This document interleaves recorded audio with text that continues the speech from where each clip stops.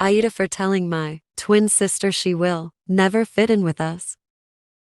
Script I, 29F, have 4 siblings: Mark, 33M, Josh, 31M, Eva, 29F, and Tony, 26M. Me and Eva are fraternal twins.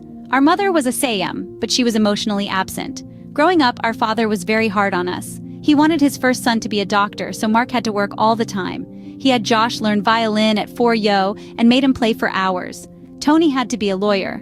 I had the chance to be a beautiful kid, and I participated in beauty pageants starting 3 Eva was free of this because she wasn't beautiful, and my father didn't think a woman could do much anyway. She always had liberty and could do whatever she wanted without pressure on her shoulders. She could have friends, had no care about her grades, and didn't have to work her ass off every day.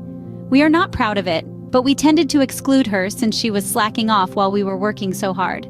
She also was a problematic teen. She skipped class, hung around with a bad crowd, and drank.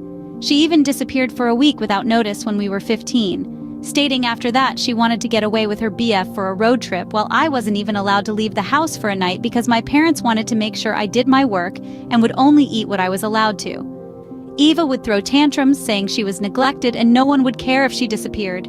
I was enraged with her because she never realized the chance she had, and we only grew apart from that point. After high school, I went far away and started working as a makeup artist.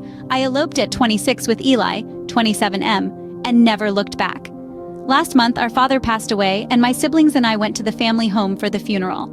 We stayed for 3 weeks and reconnected a lot. Mark had a breakdown at 23 from all the pressure and barely recovered.